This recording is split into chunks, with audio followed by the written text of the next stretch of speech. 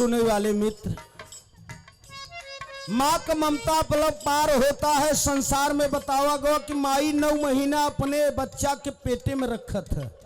बच्चा जब बाहर आवत है तो माँ ने पालन पोषण करके ज्ञान देती है। पहला गुरु महतारी होत है। बेटा तुम्हारे काका है, तुम्हारे चाचा है, तुम्हारे मौसिया है के पहला गुरुआ माँ है। कितना माई के लोग ममता निभावत है बतावत जाजे काक जने। उजाला बताई ना वही के हंसी मजाक वाला संसार है मेरे दोस्त। माँ का भरपाई कोई कही नहीं सकता है। भगत अपने माँ के चरणों में अरदास करत कैसे मुन्ना ककहरा से बागीत कि कर जोरे खड़ा सवाली बीड़ा वाली माँ।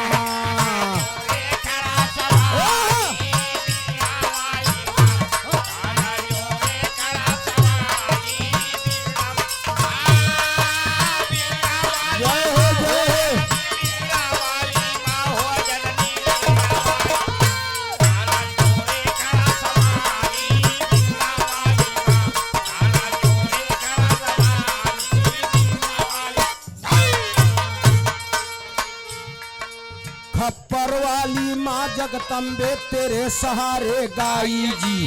गौरी गणपति गंगा मैया जगत तारनी माई जी। घनन घनन घंटा मंदिर में सुबह शाम घनाई जी। 14 गूंजे नाम चंद्रिका चंदी शीस झुकाई जी।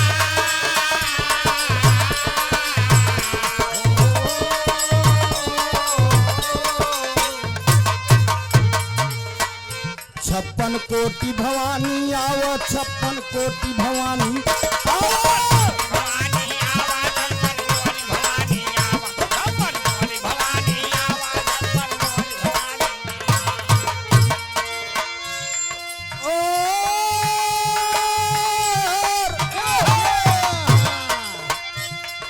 छप्पन कोटि भवानी आओ, जोला देवी कला दिखाओ। जब से लई आओ भुजाली बिया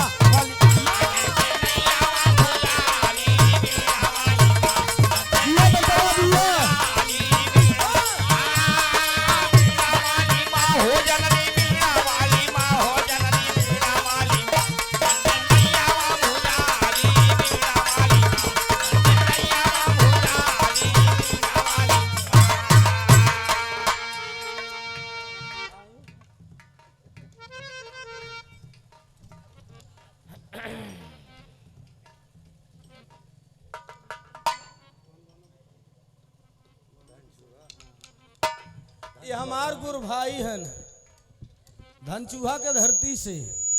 हमारे मिशन से, निरंकारी मिशन से हमारे गुरु भाई बहुत प्यार सम्मान मिलता है। 20 किलोमीटर दास के घर बाहे दूर, लेकिन दास का नाम सुन के आए काहे बरे जहां गुरु को नाता बाहे है।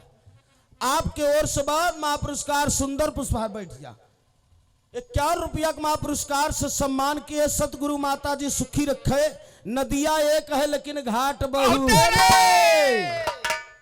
भक्ति सब करत है ना।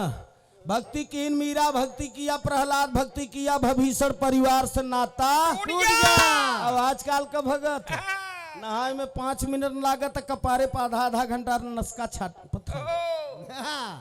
उजाला हम प्रयागराज के हई। प्रयागराज ना इलाहाबाद से प्रयागराज है कि भैया नाम बदल गया प्रयाग। हमारे पचन के ही आए। अब माघ मेला वाला में बछिया नहीं पहुंचते तो बछवा के बोरा उड़ाई देथिन गौदान पकड़ा दे। ई प्रयागराज है जहाँ संगम बहत, तीनों धारा बहत, वह जगह सदा साहिब है। भक्ति जो होता है बाबू साहब कहीं नहीं जाती है, की जाती है। धनचूहा के धरती से हमारे गुरु भाई महात्मा जी की ओर से सुंदर पुष्पहार।